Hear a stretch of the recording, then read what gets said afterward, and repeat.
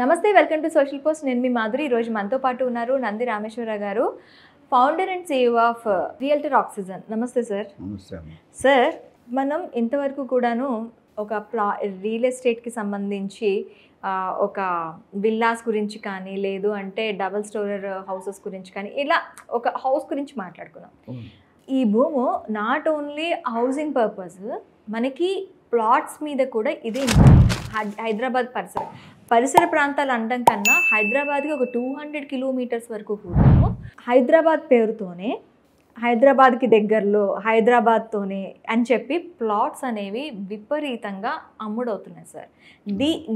ఇది ఒక speculative investment కింద చూడాలా? అసలు దీన్ని ఎలా చూడాలి? డెఫినెట్గా ఇన్వెస్ట్మెంట్లో 4-5 రకాలు ఉన్నాయి.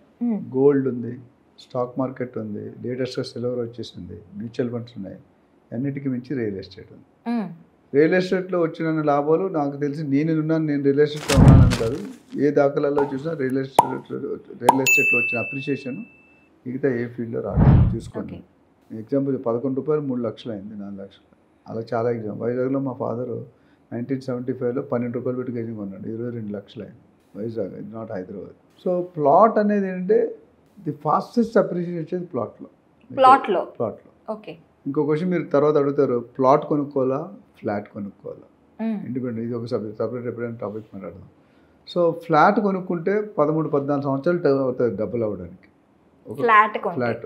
ఓకే. అదే మీరు కొత్త కారు బెంజ్ కారు తీసుకున్నాను, 10 సంవత్సరాల తర్వాత కార్ వాల్యూ ఎంత ఉంటుంది తెలుసా? తగ్గిపోవడం కదా, it's zero. Book value zero. Every year 10% depreciation పోతుంది. కారు పని చేయొచ్చు, పని చేయకపోవచ్చు, 10 సంవత్సరాలు దానికి అస్యూడ్ వాల్యూ. అట్లా ప్లాట్ కొనుక్కుంటే ఏమవుతుందంటే, జనరల్గా plot, villa and flat range. So villa flat కొనుక్కుంటే ఆల్రెడీ చెప్పాను, మీరు ₹1,00,00,000 పెట్టి కొంటే రిటర్న్స్ ఎంత వస్తుంది తెలుసా? ఒక 20-25 రెంట్ వస్తుంది. ₹1,00,00,000 పెట్టి ఫ్లాట్ కొనుక్కుంటే కూకట్పల్లి పటాంజీలో సంవత్సరానికి ఎంత? 3 లక్షలు, 12-25. ₹1,00,00,000 3 లక్షలు వస్తుంటే 3% లాభం, 2.5-3% మ్యాక్స్. విల్లాకి వచ్చేసరికి సగం ల్యాండ్ ఉంటుంది, సగం కన్స్ట్రక్షన్ ఉంటుంది. అందుకని ఫ్లాట్ మీద విల్లా బెటర్. విల్లా కంటే ప్లాట్ కోసం plot is 120% better, provided you don't buy an individual piece, buy it in a gated community where security safety is there. Okay. ప్లాట్లో మీరు ఇప్పుడు గజం 10,000 పెట్టి కొనుక్కుంటే 5 సంవత్సరాలు 20,000 రాసిస్తాను నేను అట్ ఎనీ కాస్ట్. నేను యాక్చువల్లీ 4 ఇయర్సే, నేను 5 ఇయర్స్ ఎక్స్ట్రా చెప్తున్నాను. నేను చెప్పిన దానికి 6 నెలలు ఇటు అటు, 10 ఇయర్స్ 4.5-5 టైమ్స్ అవుతుంది. కానీ ఫ్లాట్ అట్లా అవ్వదు. So plot is always better in terms of investment. And ఎప్పుడైనా మీరు ప్లాట్లు కొనుక్కోవాలంటే సిటీకి దూరంగానే కొనుక్కోవాలి, దగ్గర కొనుక్కోకూడదు. ఇప్పుడు 4 లక్షలు పెట్టి బంజారాహిల్స్ జూబ్లీహిల్స్ కొన్నాం అనుకోండి, ఆఫ్టర్ 5 ఇయర్స్ ఎంత అవుతుంది మీకున్న నాలెడ్జ్ ప్రకారం? అప్రిషియేషన్ ఒక 2 లక్షలు పెరగచ్చు, 5% పెరిగితే ఎక్కువ. ఆల్రెడీ ₹10 4 లక్షలు ఎంతకాలం పెరుగుతుంది ఇంకా? మనిషి అనేది కొన్ని రోజులు ముసలి అవుతుంటాడు కదా, సాచురేట్ అయిపోయింది ప్రైస్. 4 లక్షలు పెట్టుకుంటే వేస్ట్.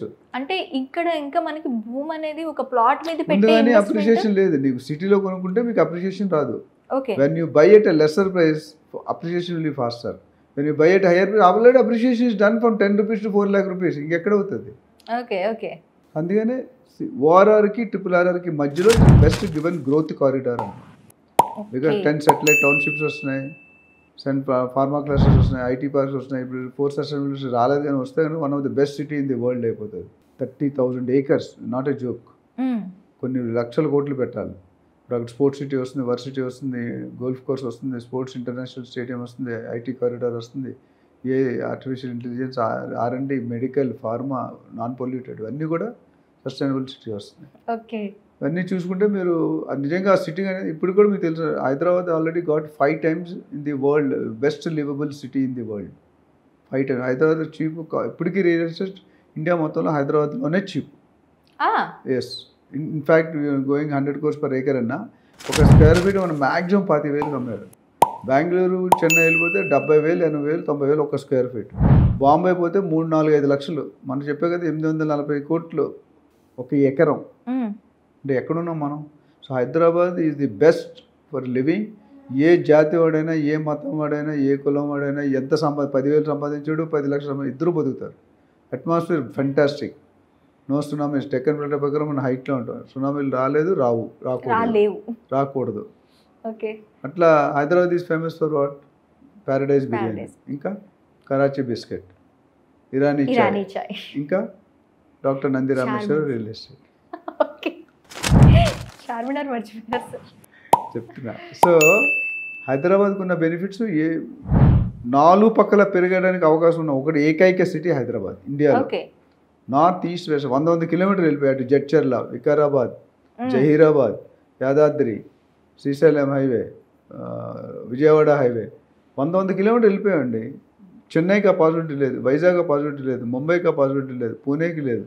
హైదరాబాద్ అందుకనే సెకండ్ క్యాపిటల్గా కన్సిడర్ చేయబోతున్నారు మన నరేంద్ర మోడీ గారు. సెకండ్ క్యాపిటల్ అయితే ఇక్కడ నుండి వరంగల్ దాకా కన్స్ట్రక్షన్ అయిపోద్ది. అంత బిల్డింగ్లు కావాలి కాబట్టి. ఇక Delhi is totally polluted. So ఢిల్లీకి పెరిగే స్కోప్ లేదు. వాతావరణ కాలుష్యం హైజర్డ్ లైఫ్కి దెబ్బవుతుంది. సో హైదరాబాద్ సెకండ్ ప్లేస్ ఉండేది. ఫస్ట్ కన్సిడరేషన్ హైదరాబాద్ ఇదే as a union territory are second capital. అది కానీ అయితే బంగారమే, గోల్డ్ మైన్, పట్టిందల్లా బంగారం. నువ్వు 10 రూపాయలు కొంటే 1000 రూపాయలు అయిపోద్ది. 100 రూపాయలు కాదు, 1000 రూపాయలు చెప్పాను. So that is the potential.